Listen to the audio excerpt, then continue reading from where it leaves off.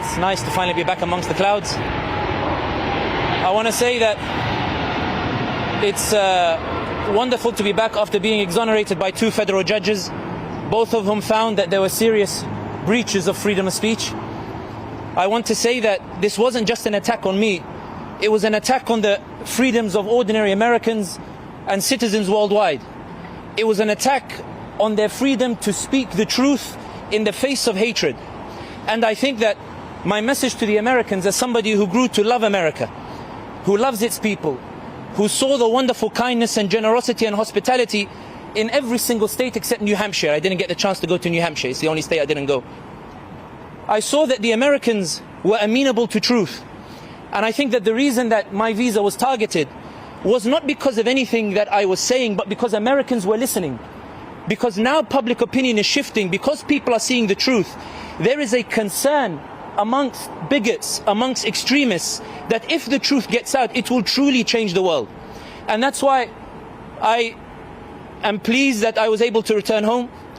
I'm pleased that the judges found that my freedom of speech rights were infringed upon.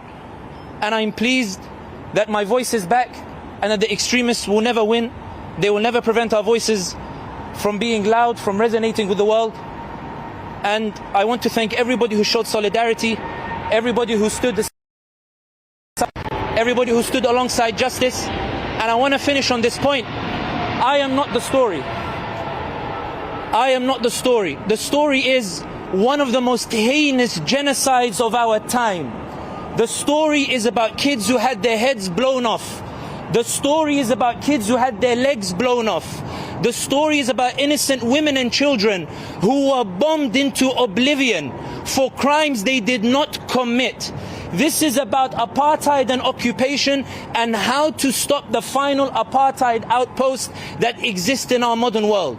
I am not the story. The story is about a world that is waking up to the truth. The truth is louder than hate. The truth is louder than the bigots. The truth is louder than the extremists. They failed to silence me. They will continue to fail to silence all those voices of truth. And I'm glad that I am here in London, where our freedoms are also protected, and they will be protected in America as well, thanks to the cooler heads in the federal court system. Thank you very much for being here. Thank you to everybody who showed solidarity.